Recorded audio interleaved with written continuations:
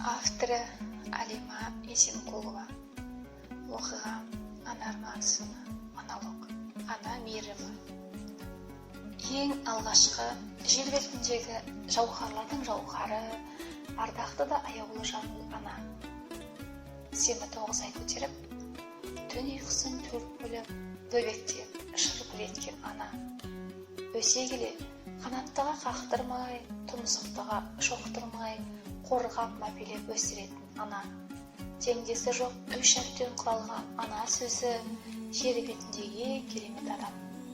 Қолын алған сәтте сені мейірімнен жуаққа білетін ана. Ана сенің жанашырың, қамқоршың. Ана деген сырласатын жан досың. Ана барды, жете білгін қадіріне шын ба шын. Ана барда, бақыттымыз, жаттаныңыз әр күнде. Хабарласып, халін білгін әр күнде. Мерекеде, сыйлап қойшы гүлді де. Анаң барда, ең бай адамына біз. Ана деген жүректегі мәңгі із. Ана барда, бақыттымыз бәріміз. Ана барда, орындалар кеудеде әніміз.